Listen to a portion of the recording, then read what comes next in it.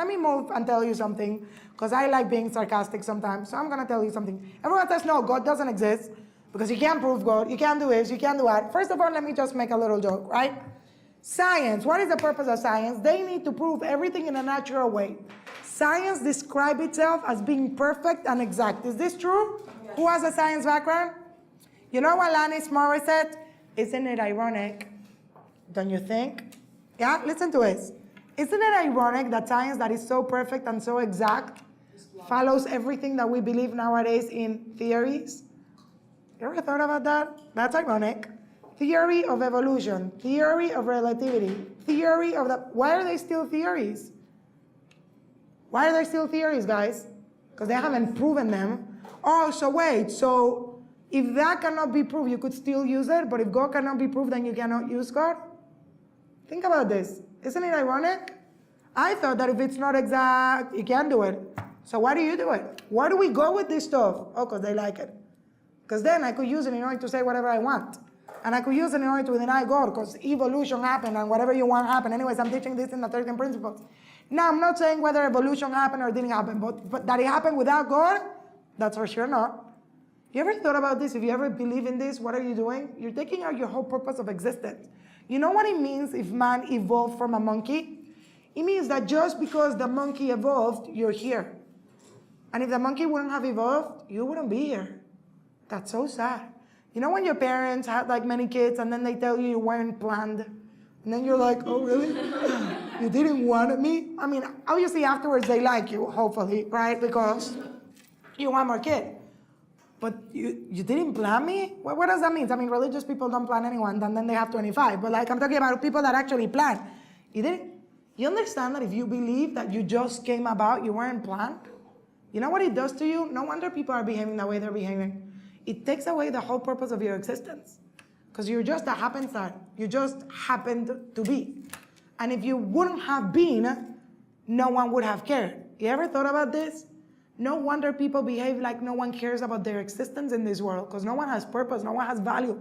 I just happen to come out of the monkey. And then what happens when I just happen to become a seal, I don't know, whatever, a whale? I don't know, just stop being me. You understand? There's no purpose. We say no. God created you. There's a God that created you. You have purpose, you have meaning. It changes your life. But now let me go back to what I was saying, right? So science doesn't believe in any of these things because they can't prove them. Let me tell you something. People say God doesn't exist. We can't prove God. The fact that you can't prove God doesn't make him small. It makes him too big. What do I mean by that? Let's say I'm going to fish a 0.5 millimeter fish. Okay, you're all following the math? Great. 0.5 millimeter fish. And my net's holes are 1 millimeter hole. The holes in my net are 1 millimeter, because if they were smaller, the water wouldn't go out, right? Like a sifter, right? Am I even gonna fish my 0.5 millimeter fish? Yes or no? No, why not? He would slide through the holes, yes? You know what science says? It doesn't exist. You know what real people should say? I don't know if it exists or not. I just know I don't have tools in order to get it. That's what real people should say. The wise person is someone that understands that I don't know everything. You know, the greatest thing you could ever say in life is, I do not know. It's to accept you're limited. You know, but by the way, let me just do this. You know why we can't prove God? Because how do we prove anything in this world? Through something called your 5 senses. This is how you develop theories, this is how you develop this is how you develop that. But by definition, your 5 senses can only grasp something that is physical, yes? If you would be able to grasp anything from God with your 5 senses, that would mean that the concept of God that you have is pretty limited. If you're gonna have a limited God, then just don't have a God. The fact that I cannot prove God doesn't make him limited, make him too great for me to grasp.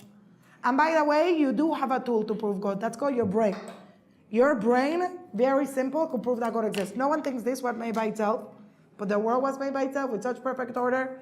One time someone said to his rabbi, prove to me that God exists. The rabbi said he's standing behind the sun. You look at the sun, you'll see God. He was looking at the sun and he said, I can't look at the sun for such a long time. He said, you can't even see one of the creations. You think you're gonna look at the creator? The fact that I can't see God, that I can prove God, doesn't make it. But here, use your brain.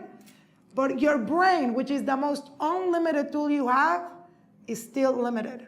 You know how you know this? You like math? You know what you reach in math? a number called infinitus. You know infinitum? You know what I'm talking about? Right? There is a place you can't get to. There is this, right? You can't get to it. Even your brain, which is the most powerful tool that you have, cannot even imagine 5 bananas. You know what I'm saying? She's not going to get God. So, 4 to 8, and then we continue. Never, because I'm never going to see you again. Right, I'm joking. What do we say? Beautiful.